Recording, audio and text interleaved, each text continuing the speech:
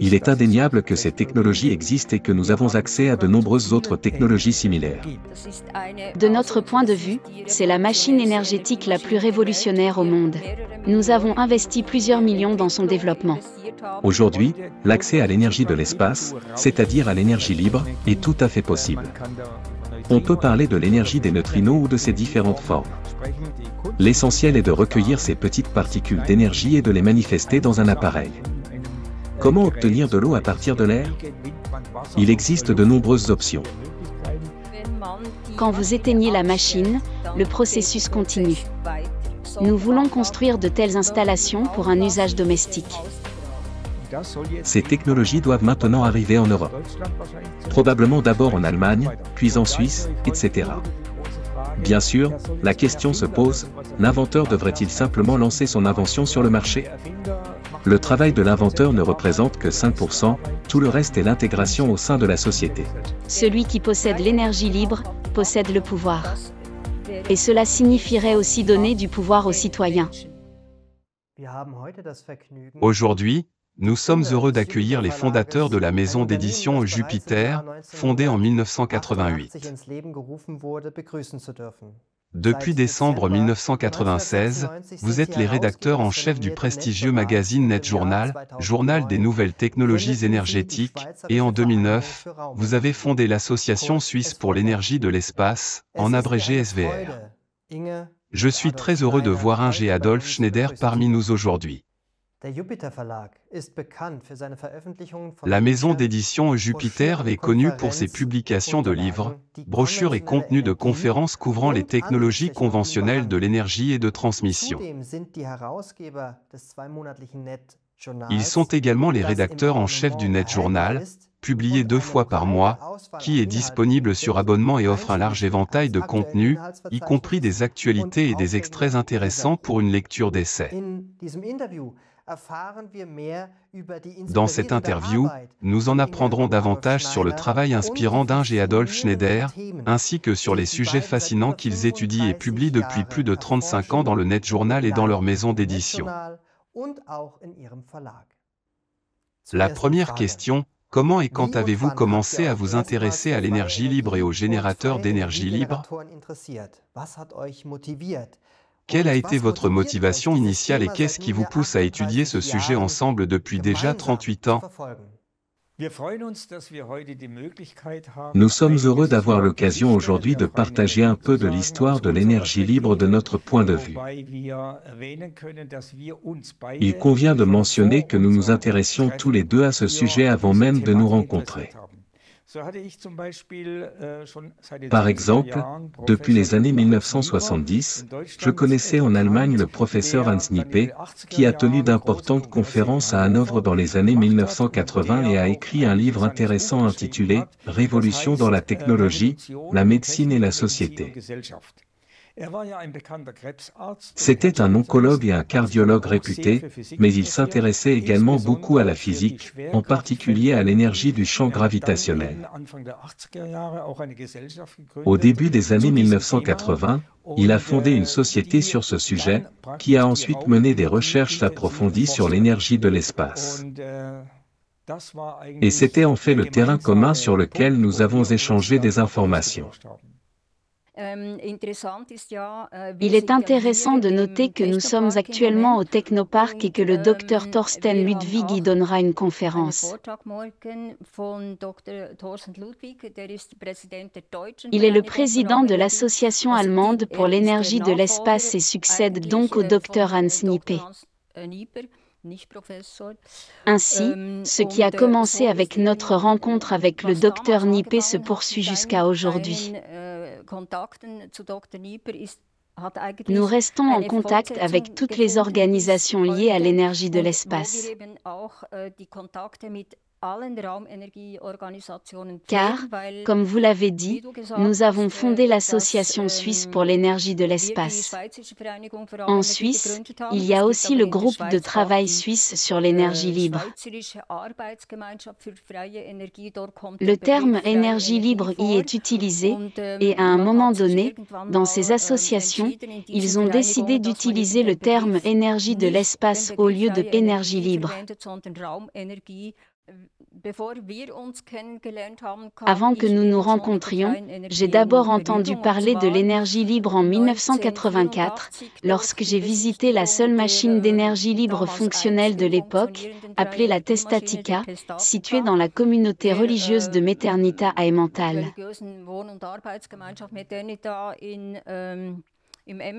Avec le physicien Dr Hans Weber, j'ai vu cette machine en action.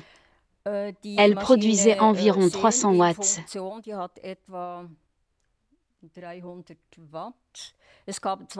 Mais à cette époque, il y avait aussi des dispositifs plus puissants qui produisaient indépendamment 1 kilowatt d'énergie ou même plus.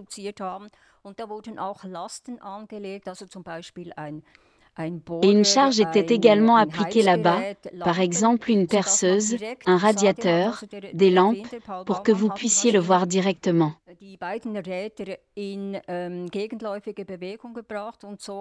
L'inventeur, Paul Baumann, a fait tourner 2 roues en sens opposé, créant ainsi un champ électrostatique qui pouvait ensuite être utilisé pour extraire de l'énergie à travers ce qu'on appelle des plaques.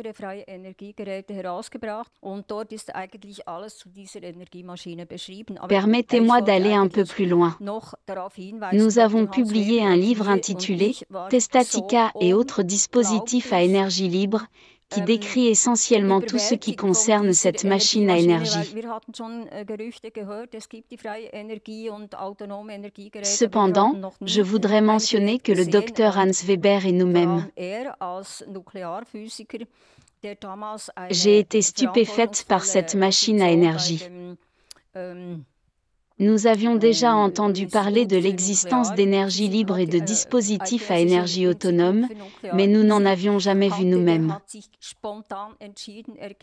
En particulier, lui, en tant que physicien nucléaire, qui occupait à l'époque un poste à responsabilité à l'Institut fédéral de physique nucléaire, a décidé spontanément de le quitter. Il a refusé un poste très lucratif et a fondé ensuite le premier institut de bionique dans la ville de Brugg. Après un travail éreintant, il ne put se rétablir et mourut malheureusement trop tôt. Il a consacré sa vie à l'énergie libre, et lorsque nous nous sommes rencontrés, nous avons tous deux décidé de consacrer notre vie et notre travail à l'étude de l'énergie libre également.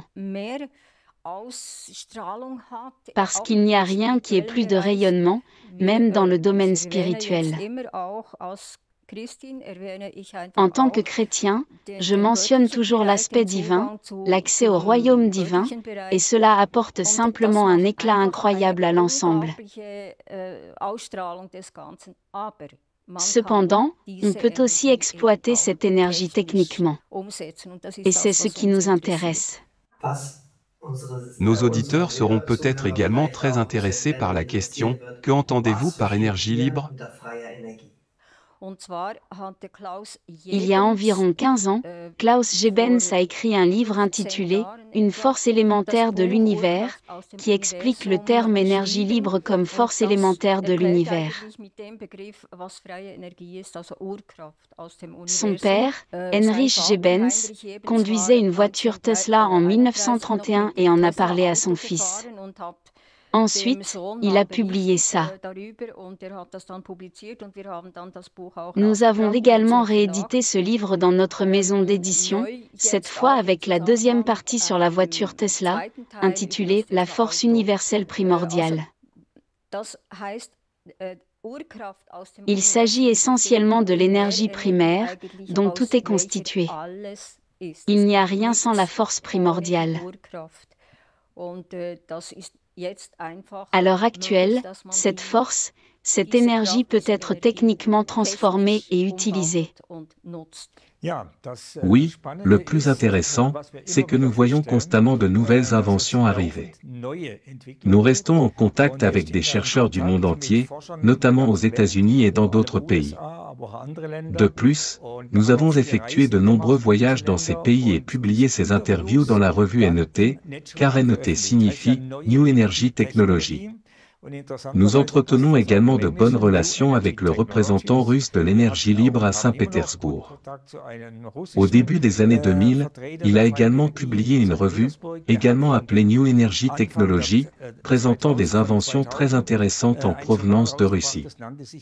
Il y a effectivement des efforts de recherche incroyables dans le monde entier et on a toujours le sentiment, oui, c'est un domaine vraiment inconnu. Est-ce vrai ou pas? De profession, je suis ingénieur électricien avec une solide compréhension de la physique. Et bien sûr, je peux évaluer et classer beaucoup de choses. Et lorsque nous voyons des appareils censés avoir des propriétés particulières, nous souhaitons naturellement tous les deux enquêter très attentivement. Et pour cela, nous disposons également d'appareils de mesure et d'autres équipements. Mais, comme je l'ai mentionné plus tôt, le NET Journal, que nous publions depuis 1996, couvre un large éventail de sujets, y compris des inventions particulièrement notables et intéressantes dans le domaine de l'énergie solaire ou éolienne. Par exemple, comment peut-on obtenir de l'eau à partir de l'air? Il existe de nombreuses options, mais les questions sont toujours les mêmes. Quel est le coût? Est-ce que cela en vaut la peine? Est-ce que cela sera payant? Nous recevons également ces questions de nos lecteurs. Alors, une machine à énergie libre, si elle est un jour disponible à l'achat, sera-t-elle rentable? Et nous pouvons affirmer avec certitude que ce n'est pas du tout un problème. Parce que les technologies modernes ne sont pas toujours disponibles, l'énergie solaire est intermittente et le vent ne souffle pas constamment.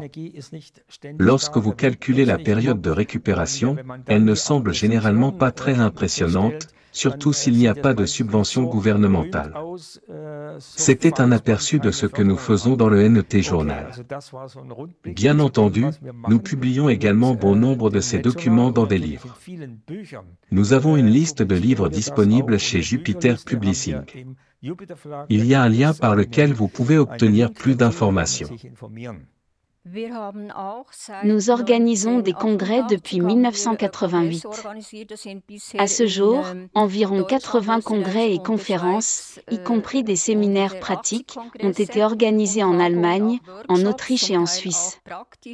Lors de ces séminaires, des dispositifs ont été recréés à partir de plans et de schémas, comme tu le dis, et ce sont simplement des travaux de recherche qui ont également été décrits dans le magazine NET. Nous avons en fait un petit groupe où tous les processus sont décrits en détail. Toutes les idées peuvent être mises en œuvre, ensuite tout le travail est de nouveau documenté en détail, et finalement, les dispositifs se transforment en objets réels. Notre mission ne se limite pas seulement à décrire les technologies, mais aussi à les mettre en œuvre et à promouvoir les dispositifs déjà prêts, afin qu'ils puissent voir le jour et réduire la charge écologique que notre planète subit à cause des technologies modernes. Pour rendre ces technologies tangibles, nous avons fondé différentes entreprises, bien que toutes n'aient pas survécu jusqu'à présent, car cela est toujours lié à des questions économiques. Dans le contexte du développement économique, je tiens à souligner que nous avons investi plusieurs millions dans le développement, les déplacements et les inventeurs. C'est simplement une histoire très coûteuse. C'est pourquoi toutes les entreprises que nous avons fondées n'ont pas survécu jusqu'à aujourd'hui. La société Ovrunity, située dans la ville de Zug, existe toujours. Et comme indiqué dans son nom, Ovrunity, excédent, c'est exactement cela. Ce sont des dispositifs qui génèrent plus de 100% d'énergie. Cela peut sembler un peu utopique, mais en réalité, ce n'est pas le cas. Parce que tout le monde, par exemple, qui a une pompe à chaleur chez lui sait, ou peut être informé, qu'une telle machine énergétique produit plus d'énergie qu'elle n'en consomme. Habituellement, une pompe à chaleur nécessite un tiers d'énergie électrique ou autre. Pour une pompe à chaleur spéciale, seulement un sixième. Et notre objectif, bien sûr, est d'étendre ce concept Overunity, c'est-à-dire d'excédent, à d'autres technologies. Et ce n'est pas notre idée. Elles existent partout. Nous l'avons déjà décrit. Ma femme a vu cette T-Statica, et bien sûr, elle crée un excédent dans le sens où elle fonctionne de manière autonome. Bien sûr, on peut dire que si le coefficient d'excédent est de 3 ou 4, alors en principe, et c'est évident pour tous, on peut également renvoyer une partie de l'énergie sortante sous une forme appropriée, éventuellement tamponnée, via un système de batterie, pour l'alimenter de nouveau à l'entrée. La question se pose toujours, d'où vient l'énergie? Nous sommes souvent accusés de créer un mouvement perpétuel, qui ne peut être breveté, etc. Mais ce n'est pas le cas. Nous avons étudié par nous-mêmes et nous savons, grâce à de nombreux chercheurs, qu'aujourd'hui il est possible d'accéder à l'énergie de l'espace, c'est-à-dire à l'énergie libre. On peut parler de l'énergie des neutrinos ou de ses différentes formes. Il existe de nombreuses formes d'énergie rayonnée qui bouillonnent partout. Il s'agit simplement de capter ces petites particules d'énergie et de les manifester dans un dispositif. Bien sûr, il y a une différence entre une pompe à chaleur, qui tire précisément son énergie de la chaleur, et ce que l'on appelle des dispositifs avec un coefficient de performance supérieur à 1, qui tirent leur énergie d'un champ énergétique inconnu, l'énergie des champs quantiques et du vide. Le professeur Turtur parle de l'énergie du champ de vide. C'est là que réside la différence. La tâche se complique, car vous ne pouvez pas le prouver aussi facilement que dans le cas du fonctionnement d'une pompe à chaleur. Cependant, c'est précisément de cela que nous voulons traiter. L'énergie libre couvre un large éventail de différentes formes d'énergie. C'est pourquoi il n'est pas si simple de la comprendre. Par exemple, en 1989, Martin Fleischmann et Stanley Pons ont découvert le phénomène de fusion froide et ont construit des dispositifs fonctionnant de manière autonome et extrayant l'énergie des domaines atomiques sans produire de rayonnement. À l'époque, on croyait que l'énergie nucléaire existait, mais elle s'accompagnait toujours d'une contamination radioactive et elle n'était possible qu'avec l'uranium, etc. Or, depuis des décennies, des processus de transmutation sont également connus et étudiés par de nombreux physiciens. Dans ce domaine, il y a des chercheurs du monde entier avec lesquels nous sommes en contact. Cela fait aussi partie de l'énergie libre. L'énergie libre signifie qu'elle est disponible librement, sans nécessiter de grands efforts. Par exemple, Malcolm Bandal a développé sa propre physique des plasmas. Il connaissait personnellement Fleischmann et Pons, et connaissait bien la situation. La seule raison pour laquelle les dispositifs basés sur la fusion froide, aujourd'hui également appelés technologies à faible énergie, ne sont pas utilisés partout est que la communauté mondiale des physiciens mise sur la fusion chaude, car cela permet de générer des revenus de plusieurs milliards et de fournir du travail à des dizaines de milliers de professeurs et de spécialistes. C'est comme un grand paquebot. On ne peut pas l'arrêter brusquement, car cela entraînerait une énorme perte d'argent. La même chose se produit dans de nombreux autres secteurs de l'économie. Cela signifie que nous devons trouver des moyens d'introduire en douceur de nouvelles technologies ou de nouvelles formes de technologies dans l'économie. Nous reviendrons sur ce sujet plus en détail plus tard. C'est très intéressant. Nous nous intéressons aussi beaucoup aux tachyons. À ce propos, nous avons une question, qu'est-ce qu'un tachyon et quelle est l'énergie des tachyons? D'après vos publications, nous avons conclu que l'énergie du champ gravitationnel, l'énergie cosmique, l'énergie des tachyons et l'énergie éthérique de Tesla sont toutes la même chose ou des formes d'énergie identiques? Ou bien avons-nous mal compris quelque chose? Oui, je parlerai de l'énergie des tachyons un peu plus tard. Et je voudrais aussi ajouter quelque chose à propos des voitures Tesla. Bien entendu, à l'époque, il n'y avait pas encore les voitures Tesla que nous connaissons aujourd'hui. Les voitures Tesla modernes fonctionnent de manière tout à fait conventionnelle avec des moteurs électriques et nécessitent donc une grande batterie. Le professeur May a dit, la voiture Tesla est une Tesla à l'extérieur, mais pas une Tesla à l'intérieur.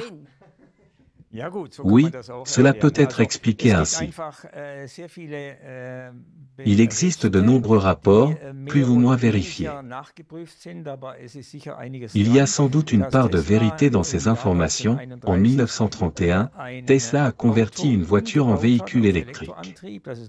Ce n'est rien de spécial, car de telles voitures existaient déjà à l'époque. Or, il a développé son propre amplificateur avec des circuits électriques spéciaux et sa propre antenne, qui captait apparemment une partie de l'énergie de l'espace ou de l'éther, et chargeait les batteries. Ainsi la voiture pouvait parcourir plusieurs centaines de kilomètres. L'histoire, comme ma femme l'a mentionné, est détaillée dans notre livre, La force élémentaire de l'univers, que nous avons récemment réédité. Revenons à l'énergie des tachyons. Le terme « tachyon » est souvent apparu dans les médias de masse et les médias alternatifs dans les années 1980, et l'un de ceux qui l'utilisaient était le Dr Nippé. Les tachyons sont des particules hypothétiques qui se déplacent plus vite que la vitesse de la lumière. Mais comme nous le savons depuis Albert Einstein, il n'existe en réalité aucune particule, aucune masse, qui puisse se déplacer à une vitesse supérieure à celle de la lumière.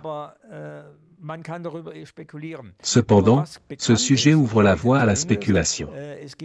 Ce que l'on sait, du moins aujourd'hui, c'est qu'il existe des neutrinos. Les neutrinos ont aussi une masse et, dans certains milieux, comme le graphène, ils peuvent exciter le graphène et donc les atomes, les faire vibrer et libérer de l'énergie. Bien sûr, cette masse est extrêmement faible, mais si on la multiplie en empilant de nombreuses couches, qui sont atomiques, c'est-à-dire extrêmement fines, on peut obtenir une certaine quantité d'énergie, et c'est un type d'énergie du futur. Bien sûr, il existe également d'autres types d'énergie dans l'environnement qui peuvent être collectés et concentrés. Il est probable qu'au cours de vos années de recherche, de journalisme et de travail avec le public, vous ayez vu de nombreuses technologies différentes. Pourriez-vous nous parler, ainsi qu'à vos auditeurs, des plus efficaces d'entre elles, dont vous vous souvenez avec enthousiasme ? Tout d'abord, nous avons vu des moteurs magnétiques. Par exemple, Muhammed Yildiz, un inventeur turc, dont nous avons vu le moteur magnétique pour la première fois, je crois, en 2006, et nous l'avons vu en fonctionnement en 2008. En réalité, il n'a pas fait beaucoup de progrès car il avait des idées incroyables en matière de financement. Son moteur magnétique fonctionne évidemment. Il l'a présenté à nouveau à Izmir en décembre 2022. Nous y étions présents. Nous avons également écrit un article à ce sujet dans le NET Journal. Le moteur magnétique produisait environ 300 watts et pouvait alimenter des charges, comme un ventilateur, fonctionnant grâce à un aimant. Mais pour l'instant, l'inventeur n'avance pas, principalement en raison de ses idées sur le financement.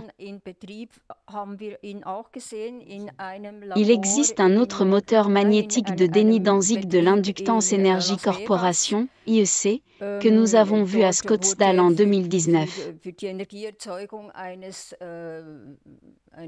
Nous l'avons également vu en fonctionnement dans une usine de Las Vegas, où il a été utilisé pour produire de l'énergie pour l'entreprise de l'un des actionnaires. De plus, nous avons vu une vingtaine de moteurs magnétiques à différentes étapes dans l'usine IEC de Scottsdale, puis nous avons reçu un relevé de l'énergie produite sur plusieurs mois.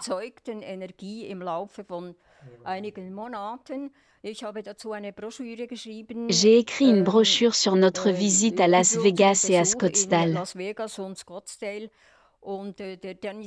Peut-être que Denis Danzig donnera une conférence lors de notre congrès à Stuttgart. Cette technologie a ses inconvénients, notamment des volants d'inertie très lourds, mais ce moteur magnétique fonctionne complètement en mode autonome. Denis Danzig utilise également des aimants en néodyme. Si vous les connaissez, ce sont des aimants spécialement développés, pas ceux de Chine, mais des aimants dits asymétriques. Il a développé une configuration géométrique tout à fait unique qui permet de générer 25 kW d'énergie avec une dépense énergétique minimale d'environ 300 watts. Mais bien sûr, il existe également d'autres technologies de moteurs magnétiques. Nous sommes en contact depuis un certain temps avec la société Holcomb en Floride. Cette société est représentée par une association par action à San Diego et fait actuellement l'objet d'une promotion active au niveau mondial. Nous connaissons les actionnaires et les preneurs de licences qui sont impatients de mettre cette technologie sur le marché. Nous avons investi une somme à 6 chiffres dans la technologie et avons fait venir des investisseurs dans l'entreprise. L'un d'entre eux prévoit de lancer la production très bientôt. Nous pensons donc qu'il s'agit d'une percée. La production ne démarrera peut-être pas si vite, mais les appareils sont prêts pour la production en série. Ils sont déjà fabriqués aux États-Unis, bien que manuellement. L'objectif est maintenant de lancer la production en série. Cela se fera pour la première fois en Allemagne, grâce aux contacts que nous avons établis. Nous réfléchissons à la possibilité de nous lancer en Suisse. Nous devons encore évaluer les possibilités de production qui s'offrent à nous là-bas. Il existe donc différents documents et liens sur ce sujet, que je vais vous fournir afin que vous puissiez lire tous les brevets. Ce sera une histoire passionnante. Pour le moment, ils sont. Eh bien, il convient de mentionner que jusqu'en 2017, ils étaient impliqués dans le développement de moteurs magnétiques qui fonctionnaient comme des moteurs ordinaires. En 2017, l'inventeur a eu l'idée de créer pratiquement un champ virtuel. Il s'agit essentiellement d'un champ rotatif, comme dans les moteurs conventionnels, mais sans que le rotor ne tourne réellement. Cela signifie que nous avons maintenant un appareil qui ressemble à un transformateur mais qui fournit une amplification d'énergie d'un facteur 2 à 8. Et le plus fantastique, c'est qu'il utilise un effet magnétique très spécifique, que j'ai immédiatement reconnu, puisque nous avons tous deux assisté à une conférence du Dr Folcrow à Zurich en 1986, où il a présenté son développement. Il a breveté cette invention après avoir découvert, étant un expert en technologie magnétique, que lorsque l'on démagnétise un matériau magnétique, on obtient plus d'énergie que l'on en a initialement injecté. C'est ce qu'on appelle un « effet domino », où les domaines de Weiss se replient les uns sur les autres. L'énergie provient du champ quantique, ce qui signifie qu'il y a une énergie supplémentaire qui entre. C'est similaire à la technologie Holcomb. Et comme il y a un effet d'amplification important, c'est naturellement possible. Comme je l'ai déjà dit, nous devons nous efforcer de trouver des solutions autonomes. Des appareils autonomes ont déjà été construits en Floride. Ils doivent encore résoudre certains problèmes techniques liés à des types particuliers de relais et de batteries. Ils ont besoin de batteries spécifiques, de préférence en graphène, les dernières innovations chinoises, qui ne chauffent pas à des courants élevés. Tout cela va se produire, mais pour le moment, ce qui est intéressant, ce sont les générateurs d'énergie en ligne, GIL, qui ont déjà été installés chez un certain nombre de clients. Ces technologies devraient désormais arriver en Europe, probablement d'abord en Allemagne, puis en Suisse, et ainsi de suite. Nous verrons bien. Cher Inge, racontez-nous l'expérience que vous avez menée avec une moto à tachyon. Au cours de nos recherches, nous avons appris des faits intéressants et les résultats obtenus sont particulièrement intéressants. Cette expérience a-t-elle été officiellement enregistrée? Comme nous le savons, vous n'avez pas seulement conduit cette moto, mais vous avez également mené vous-même les recherches. Oui, j'étais membre du groupe de travail suisse qui a étudié ces dispositifs et inventions,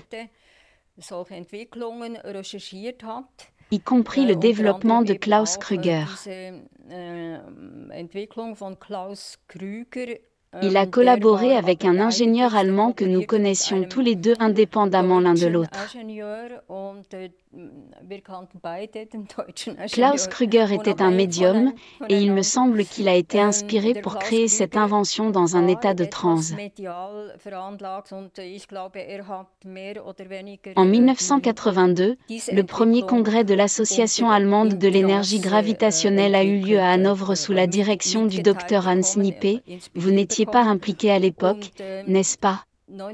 Cette invention y a été spécifiquement présentée.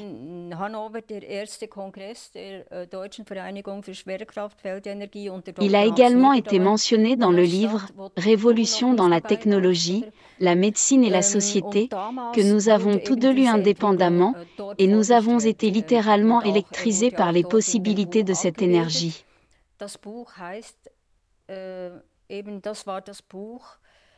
Sa description a été reflétée dans le livre. Et en 1983, en tant que membre de ce groupe de travail, j'ai pu conduire ce cyclomoteur. Nous connaissions un ingénieur qui soutenait Klaus Krüger et collaborait avec lui.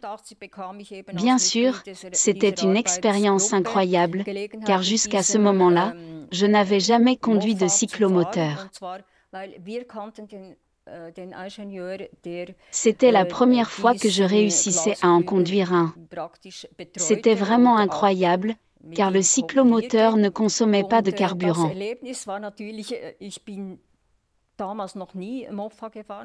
Il roulait tout simplement. L'Emmer Schneider, c'était un moteur électrique. Oui, exactement. Il se chargeait tout seul. Mais je ne peux pas vous dire exactement comment cela se passait. Et c'était un court trajet, quelques centaines de mètres seulement, mais c'était quand même une expérience incroyable.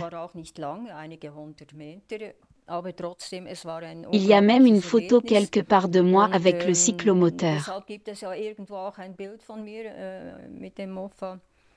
Malheureusement, je ne peux rien en dire de plus.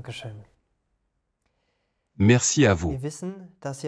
Nous savons que depuis longtemps, et surtout ces dernières années, vous êtes activement impliqué dans le développement de moteurs à eau pour les voitures, ainsi que des moteurs à eau en général.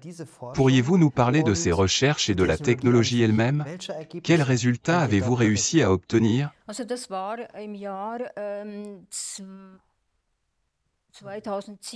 En 2017, nous avons découvert en ligne le livre « Moteur à eau » de José Vázquez Guillén.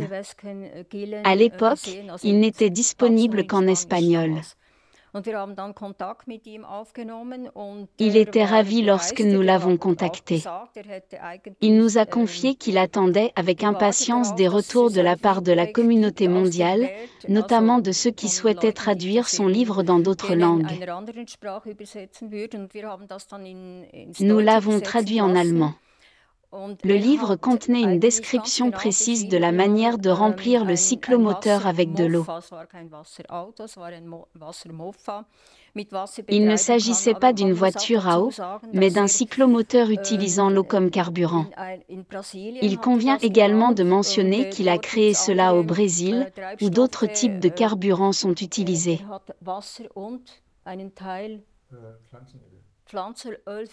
Il utilisait de l'eau et une certaine quantité d'huile végétale.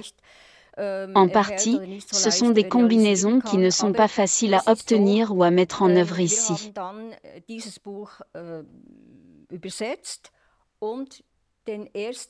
En fait, nous avons traduit ce livre et complété la première partie avec notre propre expérience.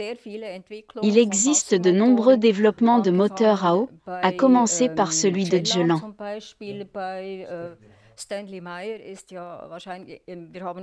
Par exemple, Stanley Meyer, que nous connaissions personnellement, conduisait effectivement une voiture à eau.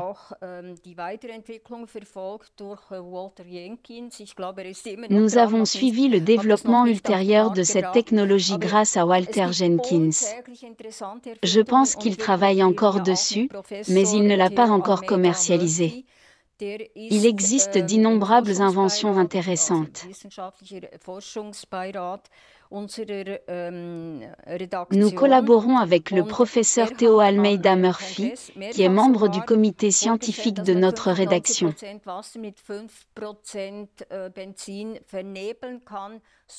Il a présenté à plusieurs reprises des conférences lors de congrès, expliquant qu'il est possible de mélanger 95% d'eau avec 5% d'essence pour créer un nouveau carburant utilisable dans les voitures.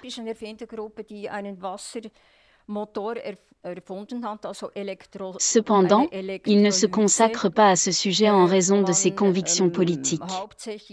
Nous avons également contacté un groupe d'inventeurs serbes qui ont conçu un moteur à eau, c'est-à-dire un procédé d'électrolyse, où l'on mélange de l'eau avec du carburant pour ensuite créer un moteur automoteur. Lorsque nous les avons rencontrés en Serbie, nous avons vu une voiture qui roule principalement à l'eau, à environ 80 à 90%. Cela signifie que la voiture a parcouru 5000 km avec un réservoir plein d'essence et a roulé principalement à l'eau. Nous avons décidé de collaborer avec ces inventeurs car ils ont développé un procédé d'électrolyse très efficace qui, pourrait-on dire, utilise également l'énergie de l'espace, sinon il ne serait pas aussi efficace. Nous y avons vu de l'électrolyse, comme sur la photo. Il s'agit d'une voiture équipée d'une unité plus grande que nous avons achetée là-bas. L'installation que nous avons reçue contient 12 cellules produisant de l'électrolyse. Il est conçu pour être combiné avec un générateur diesel de 400 kW, ce qui permet la génération intégrée de 400 kW avec des économies de carburant diesel de 60 à 70%. Et bien sûr, c'est incroyable. L'installation est dans notre salle d'événements à Schaffhouse, où elle peut être vue par toute personne intéressée. Elle peut être mise en marche, mais nous n'avons pas de générateur de 400 kW, car ce serait une machine énorme. Il est intéressant de noter que lorsque vous éteignez la machine, le processus continue. C'est-à-dire que, sans alimentation électrique, la machine continue de produire de l'hydrogène.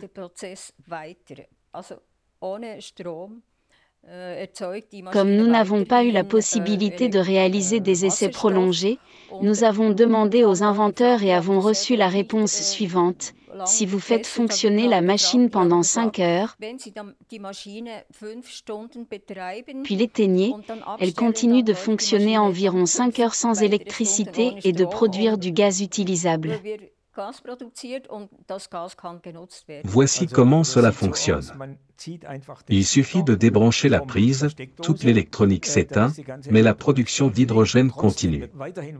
On peut le voir grâce aux bulles, et, honnêtement, je n'ai pas encore compris ce phénomène.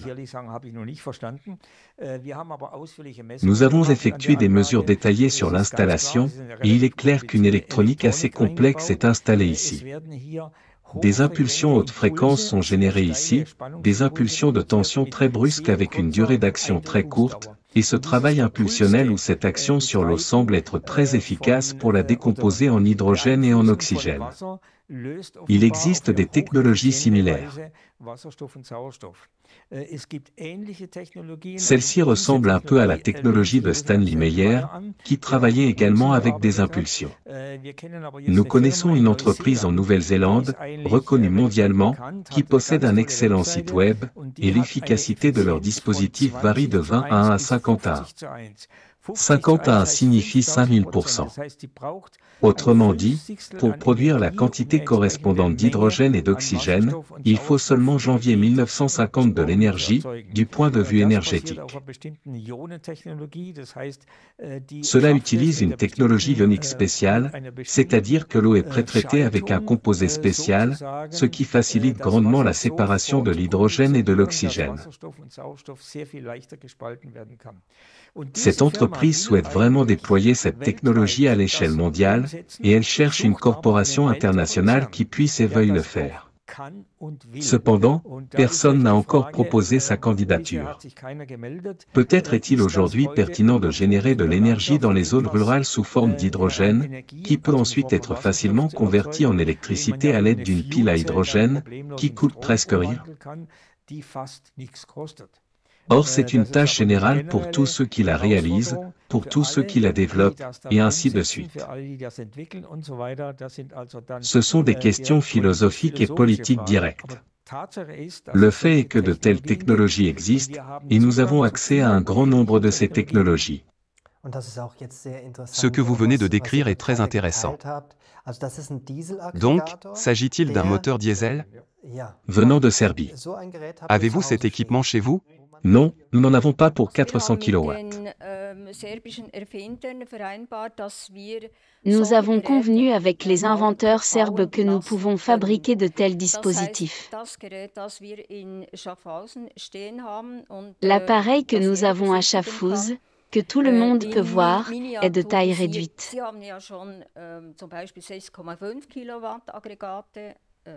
Ils ont déjà mis en service des générateurs de 6,5 kW, des générateurs de secours utilisant ce système d'électrolyse. Nous souhaitons construire de telles installations pour un usage domestique. Et ce processus est déjà en cours. Il est désormais également prévu de construire une installation de test, après quoi de tels appareils pourront être produits en série. C'est ainsi que cela a été prévu, et c'est une situation mutuellement avantageuse, car nous avons une énorme demande pour de tels équipements en Europe, en Allemagne et en Suisse. Et les Serbes travaillent avec des coûts de main-d'œuvre bien inférieurs à ceux d'ici, et ils ont besoin de travail. Nous utilisons effectivement ces personnes dans la production. J'ai écrit un article sur ce sujet. Et voici ce qui est intéressant, Bill Gates a investi 1 milliard d'euros dans le développement de l'électrolyse conventionnelle et souhaite introduire à grande échelle la technologie de l'hydrogène dans le monde. À propos du développement en Nouvelle-Zélande, qui est efficace à 5000%, il a dit « C'est un monde complètement différent ». Ce sont deux mondes, et ceci n'est qu'un exemple. J'ai écrit un article dans le magazine NET sur le fait que ces deux mondes ne sont actuellement pas en contact l'un avec l'autre. Cela montre simplement que le capital est encore enfermé dans des structures orientées vers le profit. Il faut dire que les appareils d'électrolyse de l'hydrogène dont Bill Gates fait la promotion ne sont économiquement viables que s'ils sont subventionnés ou lourdement financés par de tels investisseurs. En eux-mêmes, ils ne sont pas rentables car l'hydrogène ne peut pas être utilisé de manière économique. Cependant, l'hydrogène peut être produit efficacement par électrolyse pulsée. Ensuite, des effets de surunité apparaissent, où l'efficacité atteint 5000%. Cependant, ces technologies n'ont pas encore été reconnues par la science et il leur est donc difficile de percer. Je pense que l'entreprise néo-zélandaise commet une grave erreur en commercialisant cette technologie en coopération avec une entreprise mondiale. Ce n'est pas la bonne façon. Il est nécessaire de suivre la voie de la décentralisation, en faisant appel aux citoyens ordinaires, et de ne pas continuer à soutenir un système énergétique centralisé. Nous en avons déjà parlé dans le magazine Nouvelles technologies énergétiques en 2018, et maintenant nous sommes en 2024, et au cours de ces 6 années, personne ne s'y est intéressé. Je pense que ce n'est tout simplement pas la bonne voie à suivre. Et c'est ce que vous venez de dire, Adolphe. Investir 1 milliard d'euros ou de dollars et l'orienter vers une technologie avec un rendement de 50, c'est une toute autre affaire. Mais encore une fois, nous revenons à l'aspect financier. La question, qui est très importante pour les gens, est la suivante: pensez-vous qu'il existe des générateurs d'énergie libre commercialement disponibles, que l'on peut acheter en magasin et assembler soi-même? Les dispositifs d'énergie libre ne nécessitent pas toujours une technologie spéciale. À ce sujet, je peux parler des développements d'Andrea Rossi, les catalyseurs énergétiques d'IE4. Depuis plusieurs années, il travaille sur des générateurs compacts appelés Escalep, qui produisent 100 watts en utilisant un processus plasma spécial, qui n'est pas facile à réaliser. Il faut posséder une certaine technologie pour cela. Par contre, il existe aussi d'autres dispositifs, comme la technologie Holcon. Ils ont simplement modifié des moteurs ou des générateurs classiques, c'est-à-dire des moteurs électriques. Seul le rotor doit être remplacé. Cette méthode implique l'utilisation de plaques magnétiques uniques, de fers magnétiques et de bobinages spéciaux, créant un champ magnétique impulsionnel ou tournant, ce qui conduit à une augmentation significative de la production d'énergie. Tous les matériaux utilisés peuvent être achetés, y compris le fil de cuivre et le fer magnétique, et tout le reste est un processus de travail. Cela devrait arriver sur le marché prochainement. Il existe de nombreuses technologies similaires, par exemple la technologie dite basée sur la force de poussée de l'eau. Ces processus sont, en principe, purement mécaniques, fonctionnant en partie grâce à la gravité, mais il existe d'autres effets. Il n'y a pas de matériaux spéciaux ici, ce sont des choses ordinaires qui peuvent être achetées partout. Tout dépend uniquement des caractéristiques de la configuration ou de la conception, c'est-à-dire d'un certain niveau de connaissance. Bien sûr, la question se pose, un inventeur doit-il simplement commercialiser son invention sans rien recevoir en retour ou doit-il vendre des licences? Beaucoup pensent que ces technologies devraient être accessibles au grand public. Bien sûr, c'est aujourd'hui possible. Certains disent que c'est bien quand on peut vendre des dizaines, des centaines de milliers, des millions de dessins pour 200 à 300 euros, voire plus, car aujourd'hui tout cela peut se faire via Internet. Ensuite, l'inventeur gagnera de l'argent et recevra une récompense pour son travail. En général, il existe différentes stratégies et structures, et le temps nous dira laquelle gagnera. Qu'en pensez-vous? Vous venez de mentionner que de nombreuses technologies de production d'énergie libre, indépendantes du combustible ou de la météo, existent depuis plus de 100 ans, mais n'ont toujours pas trouvé une large application, et l'accès à l'énergie libre reste encore limité. Quelles en sont les raisons? Je pense que la raison principale est la situation économique actuelle, que tous les appareils à énergie gratuite risquent de bouleverser. C'est pourquoi ceux qui sont au pouvoir font tout leur possible pour empêcher cela.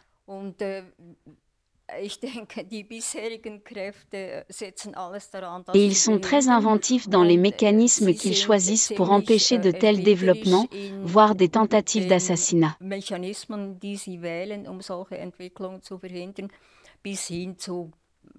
Il y a 20 ans, 2 inventeurs allemands voulaient faire une démonstration d'un moteur magnétique lors d'un de nos congrès. Apparemment, ils ont été renversés par d'autres voitures sur l'autoroute. Ils ont reçu un avertissement et ne sont pas venus.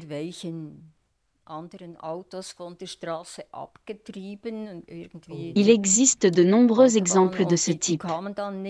Nous en avons parlé dans le livre « Vers l'ère de l'énergie de l'espace ».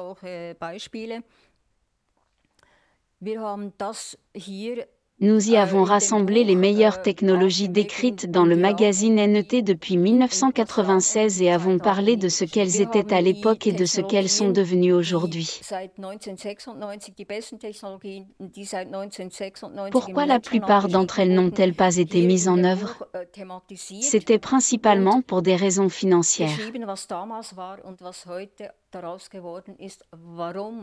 Les inventeurs n'ont pas pu financer eux-mêmes leurs inventions, ou les investisseurs ont, à un moment donné, arrêté d'investir de l'argent.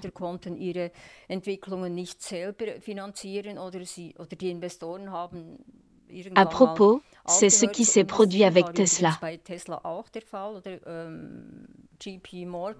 À un moment donné, JP Morgan a arrêté d'investir de l'argent, sinon nous aurions aujourd'hui une transmission d'énergie sans fil.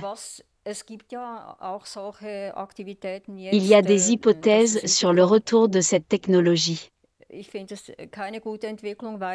Je ne pense pas que ce soit une bonne idée, car nous devons encore évoluer vers des systèmes énergétiques décentralisés, c'est-à-dire une transmission d'énergie sans fil, plutôt que vers des systèmes centralisés, qui sont principalement contrôlés par les sociétés énergétiques. Le fait est que l'énergie libre va vraiment tout bouleverser. C'est pourquoi, comme vous l'avez dit, une transition en douceur est nécessaire, en commençant par les personnes ordinaires. Nous devons travailler avec les citoyens ordinaires, avec n'importe quelle personne lambda, pour répondre à leurs besoins, et non à ceux des sociétés énergétiques. Concentrons-nous d'abord sur la création d'appareils pour la maison, afin d'obtenir à terme des bénéfices pour la planète entière et de la rendre plus saine. Ce que vous avez dit est très important.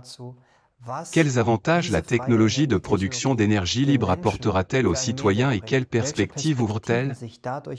Pouvez-vous en dire quelque chose à ce sujet? Vous devez savoir qu'aujourd'hui un tiers de l'humanité, voire plus, n'a pas accès à l'électricité.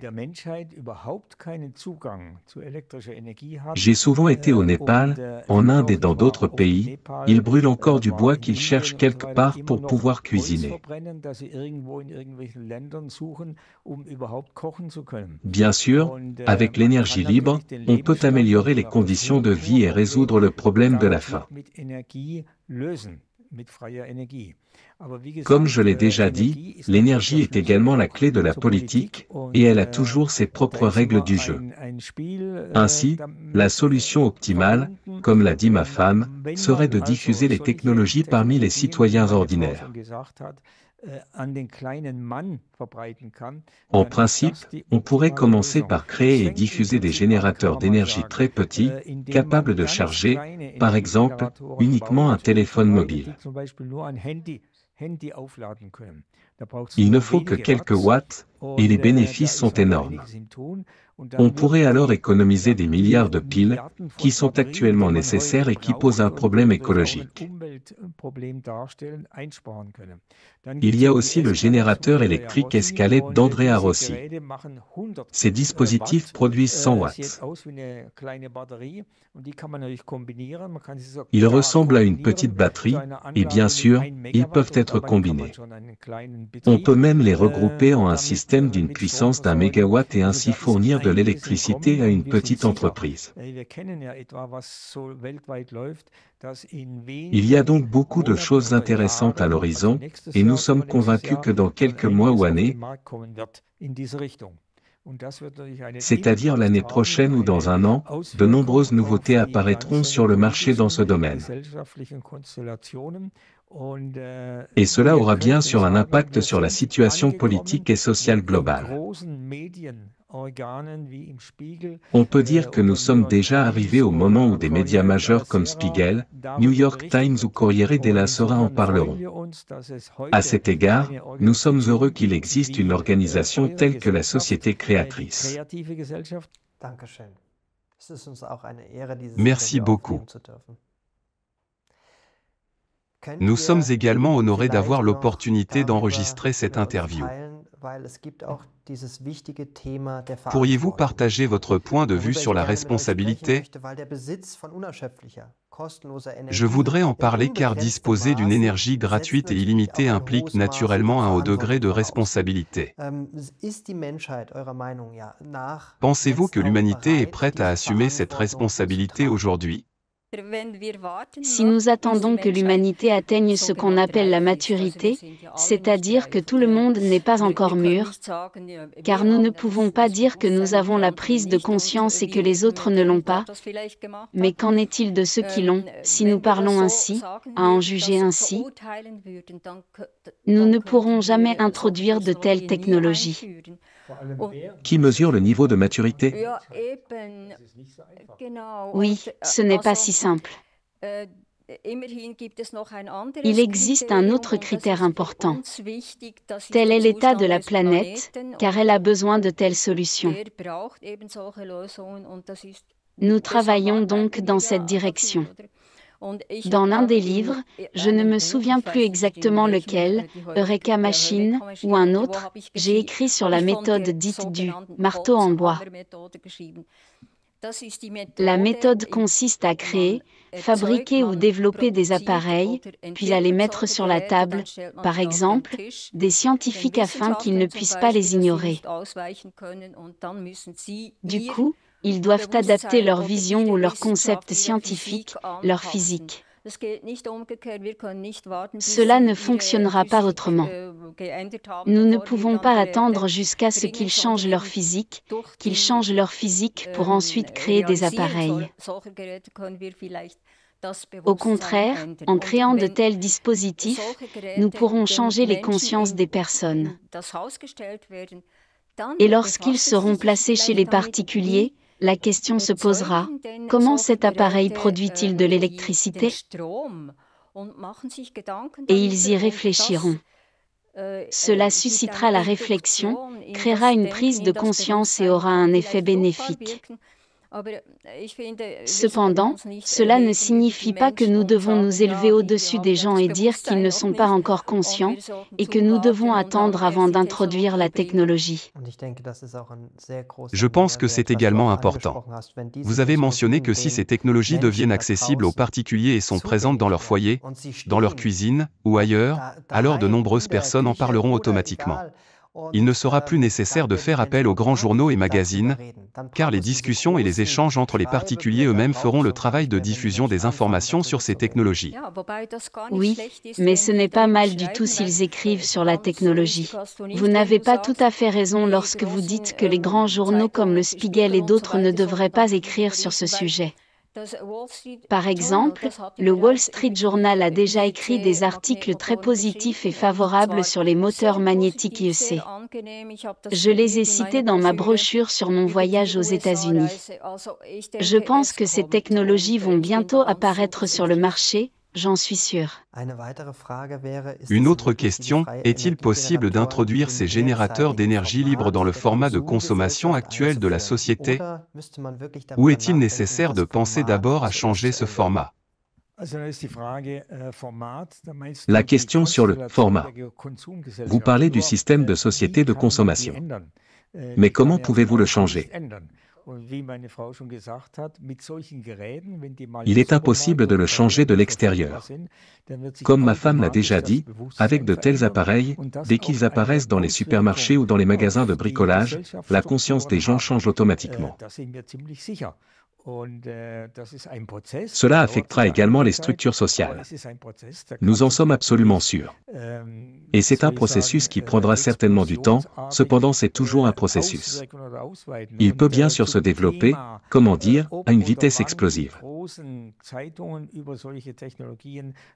Quant à la question de savoir si les grands journaux devraient ou vont écrire sur de telles technologies, les éléments suivants doivent être pris en compte. Si, par exemple, Bild, Blick ou d'autres magazines publient un reportage sensationnel sur quelque chose de similaire, alors bien sûr des milliers de personnes viendront et voudront l'acheter. Or là nous sommes alors confrontés à un problème simple. Ils ne peuvent pas être produits aussi rapidement. Cela signifie que l'industrie doit d'abord renforcer la capacité de fournir tout cela. Il y a des histoires très intéressantes. Par exemple, il y a plusieurs années, un médecin américain a développé un appareil électronique fonctionnant sur la base de la technologie plasma avec une puissance de 300 à 500 watts par kilowatt. Il avait déjà préparé et construit 20 000 appareils dans son usine et souhaitait les commercialiser d'un seul coup sur le marché japonais. C'était le Dr James Schwartz, et il est toujours en vie. Son développement a été brutalement stoppé par le gouvernement sous prétexte, peut-être à juste titre, qu'il était trop dangereux faute de mesures de sécurité nécessaires. S'il est mal utilisé, l'appareil peut émettre des rayonnements. En d'autres termes, de toute façon, des raisons claires ont été avancées pour justifier que cela ne devrait pas être fait. Cela signifie que si vous mettez en œuvre une telle technologie, elle doit bien sûr être autorisée. Il faut aussi des garanties, mais ce n'est pas si simple. Cela peut être vu dans l'exemple de la technologie de l'eau. Nous connaissons de nombreuses personnes qui ont converti leur moteur pour qu'il fonctionne plus efficacement en installant une unité d'électrolyse à chaud et en l'utilisant pour introduire du gaz à chaud dans le système d'air. Cela donne un effet impressionnant, les gaz d'échappement sont réduits presque à zéro. Si vous mesurez cet indicateur dans un service automobile ordinaire ou dans un organisme de contrôle technique, vous rencontrerez un problème lorsque le mécanicien vous dira « Oh, mon appareil de mesure est cassé, cela ne peut pas être vrai ». Cela signifie qu'ils ne sont pas encore prêts pour de telles technologies. Il est donc important de planifier la mise en œuvre avec soin et de manière stratégique. L'invention elle-même n'est qu'une partie du processus, et beaucoup le confirment. Le travail de l'inventeur ne représente que 5%, le reste étant consacré à l'introduction dans la société. La question suivante est précisément celle-ci. Que peut-on ou doit-on changer dans la société pour que ces technologies puissent être intégrées en toute sécurité, c'est-à-dire sans risquer une perte massive d'emplois et d'autres problèmes similaires? Oui, mon mari vient de le dire, il s'agit d'une introduction progressive. Et j'ai déjà répondu à cette question plus tôt. Nous ne pouvons pas changer la société, nous pouvons seulement changer nous-mêmes ou agir selon le principe de Mahatma Gandhi, qui a dit « Soyez le changement que vous souhaitez voir dans le monde ». Par conséquent, nous ne pouvons changer que nous-mêmes, puis essayer d'introduire ces idées dans le monde. Et pour nous, ce sont des technologies que nous voulons apporter au monde, ce sont elles qui peuvent conduire au changement. Autrement dit, nous ne pouvons pas changer la société, mais nous pouvons introduire des technologies qui mèneront au changement. Nous sommes particulièrement préoccupés par l'environnement. Et, comme nous l'avons déjà mentionné, il faut introduire ces technologies avec prudence. Autrement dit, il ne faut pas commencer par des dispositifs autonomes, qui, bien qu'intéressants, peuvent être coûteux à mettre en œuvre. Il est préférable de commencer par des dispositifs qui offrent une réduction des coûts. Aujourd'hui, il existe de nombreux processus permettant d'économiser du carburant, par exemple, l'essence. C'est par cela qu'il faut commencer, puis sensibiliser progressivement. Oui, tout peut être optimisé et amélioré. Et dans 2 ou 3 ans, il y aura un dispositif, puis un autre. Nous avons souvent observé ce type de processus dans la société. Nous pouvons nous souvenir des premiers ordinateurs IBM, qui étaient extrêmement grands et très coûteux, coûtant plusieurs millions. Puis, progressivement, est apparu l'ordinateur personnel, qui était encore relativement grand, avec un grand écran. Aujourd'hui, tout est devenu beaucoup plus petit, réduit à la taille d'un téléphone mobile. Cela s'est également déroulé progressivement. Il est probable que ce même chemin devra être parcouru pour l'énergie libre, et il est en réalité logique et optimal. Cela dépend de savoir si le projet est open source. En règle générale, ces projets ne sont pas déposés pour un brevet. Tous les dessins sont dans le domaine public.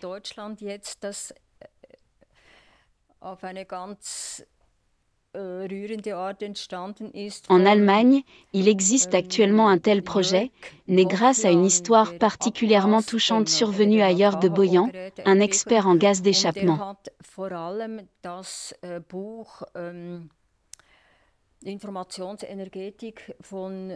Il a développé des dispositifs à chaud. D'abord, il a étudié le livre « L'énergie informationnelle » de Reinhard Koché. Je dirais que Reinhard Koché est un érudit des temps modernes.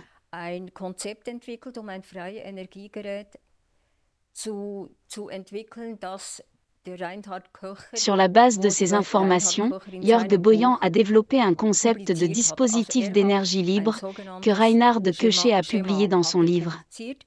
Autrement dit, il a publié un schéma selon lequel on peut assembler le dispositif.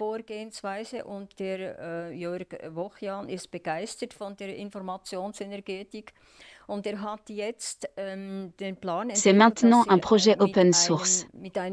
Jörg de Boyan est très enthousiaste à propos de l'énergie informationnelle et a élaboré un plan de collaboration avec un groupe de chercheurs pour créer cet appareil.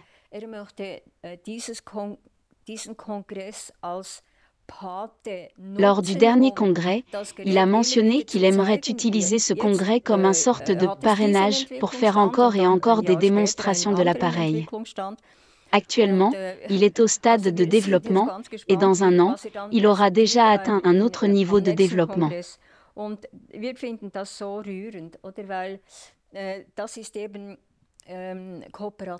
Nous attendons donc avec impatience ce qu'il présentera lors du prochain congrès. Cela nous touche vraiment. C'est en cela que réside la coopération.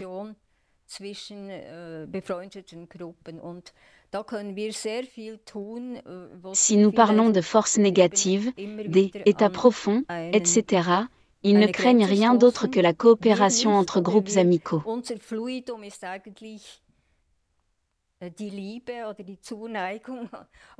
Nous pouvons faire beaucoup de choses là où ils ont atteint leurs limites à plusieurs reprises, or ce n'est pas le cas pour nous. Notre motivation est l'amour et l'affection pour la planète, pour l'environnement.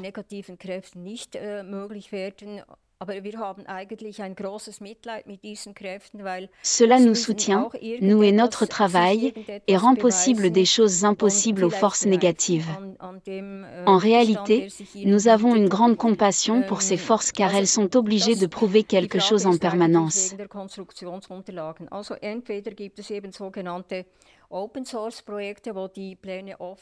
Elles devront peut-être grandir en raison de la résistance à laquelle elles sont confrontées.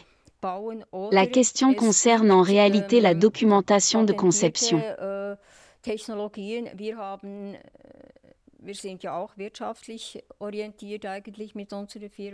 D'une manière ou d'une autre, il existe des projets dits open source, des projets ouverts, lorsque les schémas sont dans le domaine public et que n'importe qui peut les reproduire. Ensuite, des équipes sont créées pour l'assemblage, où il existe déjà des technologies brevetées.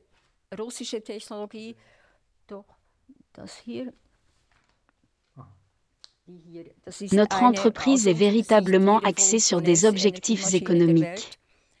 Nous avons racheté une licence pour une technologie russe et avons déjà reçu la documentation du projet. Cependant, cela reste confidentiel. C'est une technologie russe.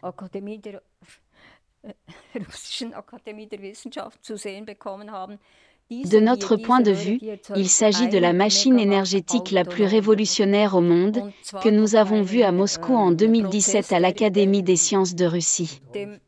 Cette usine génère de manière autonome 1 MW grâce à un processus calqué sur un vérin hydraulique, mais sous une forme extrêmement comprimée.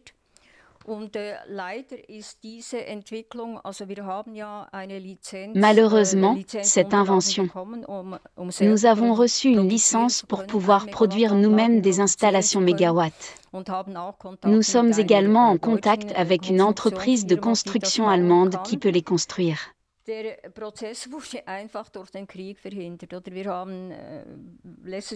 La guerre a simplement entravé ce processus. L'année dernière, nous avons essayé de transférer le reste du paiement, mais à cause de la guerre, le montant a été restitué.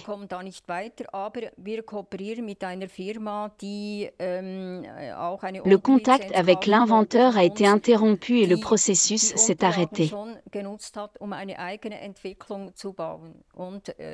Et nous collaborons avec une entreprise qui souhaitait nous acheter une sous-licence et qui a déjà utilisé la documentation pour créer son propre développement. Ce développement est un projet alternatif sur le même principe.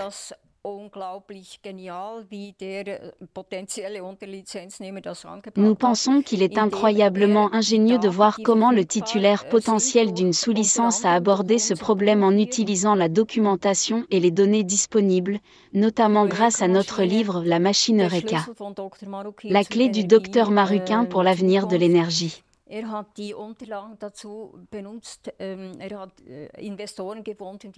Il a trouvé des investisseurs qui ont investi 3 millions d'euros pour télécharger toutes les données existantes, y compris les brevets, dans un superordinateur et créer un prototype qui pourrait ensuite être produit en série. Et c'est un scénario parfait.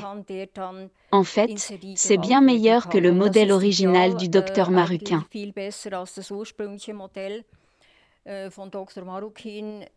Il suffit de clarifier le problème de la licence, car sinon c'est une sorte de plagiat. Nous sommes pris entre deux fronts, mais nous souhaitons que le développement se poursuive.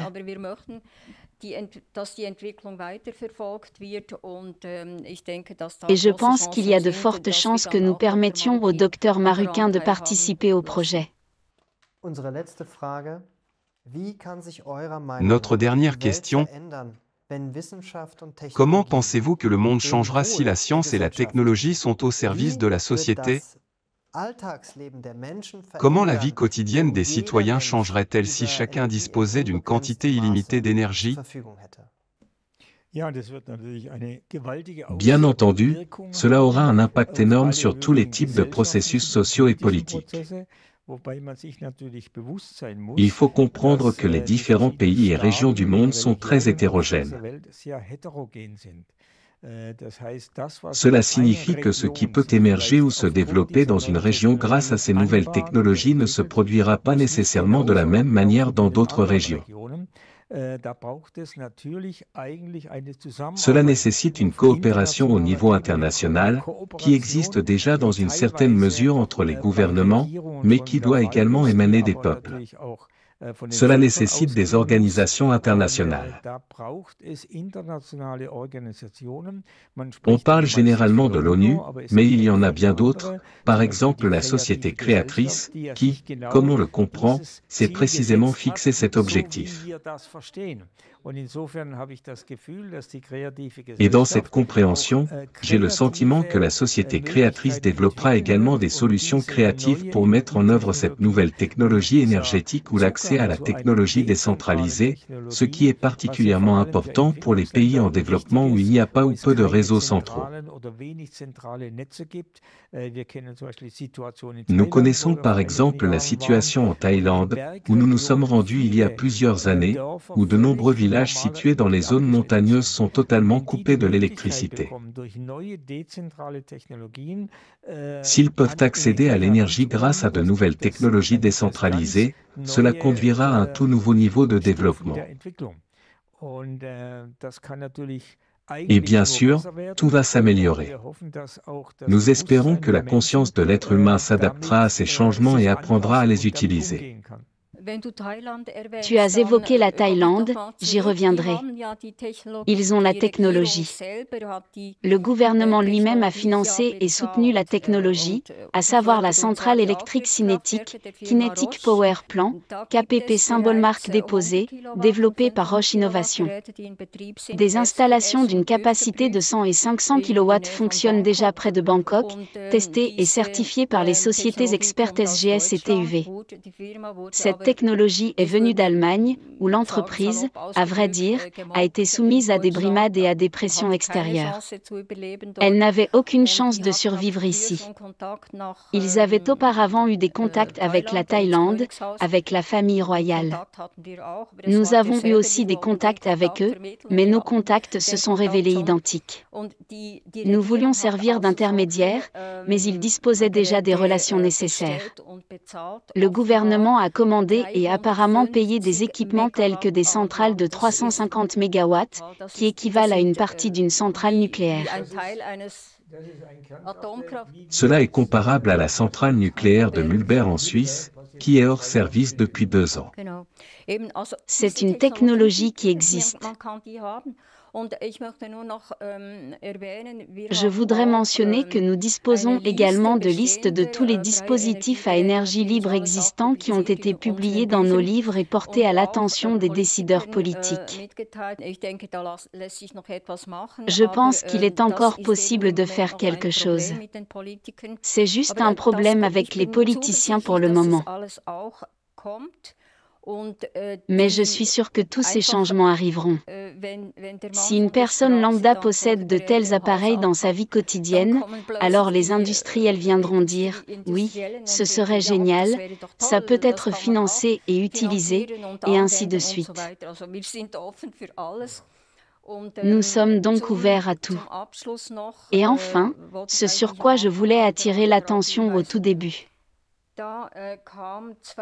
Ce livre sur les véritables visionnaires de notre temps a été publié en 2010 par Scorpio Publishing et a été écrit par Martin Rössler. Il a abordé le thème de l'énergie libre. Le livre mentionne également Dieter Brauer, bioarchitecte, lauréat du prix Nobel alternatif et d'autres personnalités célèbres. Nous sommes très fiers d'être inclus dans ce livre. Le livre contient un long chapitre sur notre vie et notre travail, y compris des réflexions très profondes sur nos vies. Nous avons non seulement travaillé sans relâche, en donnant tout notre temps et énergie, nous vivions également dans des conditions différentes, dans des garages, dans des sous-sols, afin de pouvoir continuer à travailler. Et aujourd'hui, nous sommes dans une position légèrement meilleure. Je pense que nous sommes à un bon niveau maintenant. Pour répondre à votre question, que se passera-t-il si la science, la physique et la société commencent à coopérer? L'auteur lui-même a répondu. Il a dit, à quoi ressemblerait le monde de demain si ce type de technologie énergétique spatiale se généralisait? Comment s'organiserait le quotidien avec ces moteurs dans la cave et dans la voiture qui nous semblent encore étranges? Des industries entières devraient être réorganisées et l'importation et l'exportation de pétrole, de charbon et de gaz deviendraient totalement inutiles, voire dépassées. Il n'y aura plus besoin de stations-service sur les autoroutes, seulement d'aires de repos. Les pays dans lesquels une part importante du produit intérieur brut repose sur l'extraction de matières premières seront contraints de se rééquiper. C'est préoccupant car cela signifie une perte de pouvoir. Il y a une autre citation qui dit « Celui qui a l'énergie a le pouvoir » et c'est extrêmement important. Autrement dit, celui qui possède de l'énergie libre a le pouvoir. Et cela signifierait aussi donner le pouvoir au peuple. Ce que vous avez dit à la fin est le plus important. Si tout le monde dans la maison dispose de ce type d'énergie, alors le pouvoir appartiendra à nouveau au peuple. Merci beaucoup pour vos réponses détaillées, et je tiens à vous remercier encore au nom de notre équipe, au nom de notre communauté internationale et vous dire un grand merci. Merci à vous, un grand merci à vous tous.